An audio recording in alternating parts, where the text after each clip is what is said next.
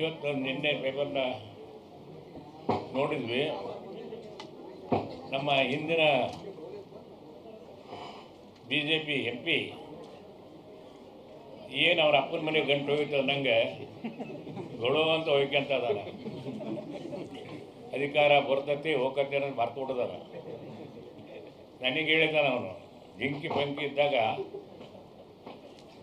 ಬೊಮ್ಮಾಯಿ ಅವ್ರ ಥರ ಹತ್ತೆ ಅಂತೇಳಿ, ನಾವು ಒಳ ಅಂತ ಜನ ಅಲ್ಲ, ಶೆಡ್ ಹೊಡೆಯಂಥ ಜನ ಅವನೇನಿದ್ರು ಕೂಡ ಎಲ್ಲ ವಿಧವಾದ ಕಳ್ಳತನ ವ್ಯವಹಾರವನ್ನು ಮಾಡಿ ಇವತ್ತಿನ ದಿವಸ ಎಲ್ಲ ಥರದ ಕಳ್ತನ, ಅಡಿಕೆಯಿಂದ ಹಿಡಿದು ಸೇಲ್ ಟ್ಯಾಕ್ಸ್ ಕಳ್ತನ ಮಾಡಿ ಈ ಸುಪಾರಿ ಇವನು ಕೂಡ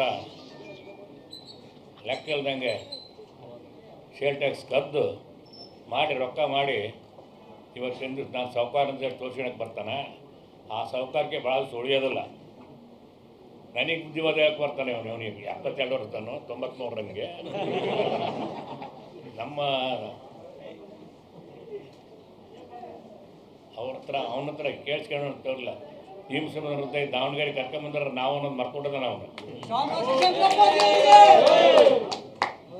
ನಾವು ಮುಂಚೆ ಶ್ರೀಮಂತರಿದ್ವಿ, ಅವ್ನು ಮುಂಚೆ ಶ್ರೀಮಂತಿದ್ದ ಅವ್ನು ಮೊದಲು ಹೇಳಿ ಅವನು.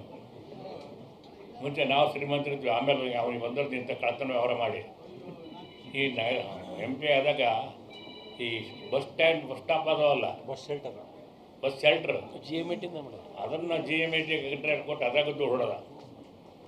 ಅದಾದಮೇಲೆ BJP ಸರ್ಕಾರದಾಗ ಆ ಬೈರ್ತಿ ಬಸ್ತಳದಂಥ ಮಂತ್ರಿ ಇದ್ದ.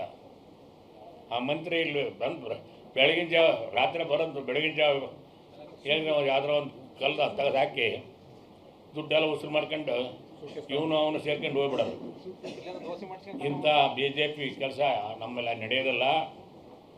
ಈಗೇನು ಮಾತಾಡ್ತದಲ್ಲ ಅದನ್ನೆಲ್ಲ ಮಕ್ಕಳು ಸ್ವಲ್ಪ ಎಲ್ಲ ಇಟ್ಕೊಂಡು ಮಾತಾಡೋ ಅಂತ ಹೇಳ್ಬಿಟ್ಟು ನಾನು ಹೇಳ್ತಾನೆ ಅವ್ನಿಗೆ. ಏನಿದ್ರು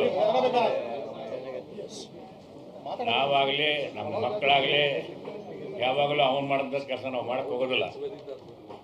ನಾವು ಯಾವಾಗಲೂ ಒಳ್ಳೆಯ ಹೆಸರು ತಗೊಂತ ಹೊರತು ಕೆಟ್ಟ ತಗೊಳ್ಳೋದಲ್ಲ. ಈಗಾಗಲೇ ಅವನಿಗೆ ನಾವು ಪ್ರಚಾರಕ್ಕೆ ಹೋಗೋದಲ್ಲ. ಈಗ ನಾವು ಈಗಾಗಲೇ ದಾವಣಗೆರೆ ಸಿಟಿಗೆ 500 ಮನೆಗಳನ್ನ ಸ್ಯಾಂಕ್ಷನ್ ಮಾಡಿಸಿದ್ವಿ. ನಾವು ಯಾವ ಪೇಪರ್ನ ಏನು ಸ್ಟೇಟ್ಮೆಂಟ್ ಕೊಟ್ಟಿಲ್ಲ. ಅವೇನಪ್ಪ ಅಂದ್ರೆ ಯಾರ ಮನೆ ಜಾಗ ಇರ್ತದೋ ಅವರು ಆ ಜಾಗದ ಮನೆ ಕಟ್ಕೊಡ್ತೇವೆ. ಮನೆ ಇಲ್ದರಿಗೆ ಅಂದರೆ ಮನೆ ಅಂದರೆ ಜಾಗ ಇದ್ದವರಿಗೆ ಮನೆ ಕಟ್ಕೊಡ್ತಕ್ಕಂಥ ಕೆಲಸ 500 ಸ್ಯಾಂಕ್ಷನ್ ಆಗಿದ್ದು. ಅರ್ಜಿ 400 ಬಂದವಂತ, ಇನ್ನೂ 100 ಬಂದಲ್ಲ ಅಂತಾರೆ. 100 ಬಂದರೆ ಅವನು ಕೊಡ್ತೇವೆ. ಆಮೇಲೆ ಅವರು ಹಳ್ಳಿ ಗಾಡಿಗೋಸ್ಕರವಾಗಿ 1,000 ಮನೆಗಳನ್ನ ಸ್ಯಾಂಕ್ಷನ್ ಮಾಡಿಸಿದ್ದೀವಿ ಗ್ರಾಮಾಂತರಕ್ಕೆ. ನಮ್ಮ ದಕ್ಷಿಣ ಕ್ಷೇತ್ರಕ್ಕೆ 1,000 ಮನೆ, ಅದು ಕೂಡ ಇದೇ ರೀತಿ ಜಾಗ ಅವ್ರಿಗೆ ಕೊಡಬೇಕು ಅಂತ. ಈ ರೀತಿ ನಾನಾ ವಿಧವಾದ ಸರ್ಕಾರದ ಸೌಲಭ್ಯಗಳನ್ನು ಬಡ ಜನತೆಗೆ ಕೊಡ್ತಕ್ಕಂಥ ವ್ಯವಸ್ಥೆಯನ್ನು ನಮ್ಮ ಕಾಂಗ್ರೆಸ್ ಪಕ್ಷ ಮಾಡ್ತಾಯಿದೆ.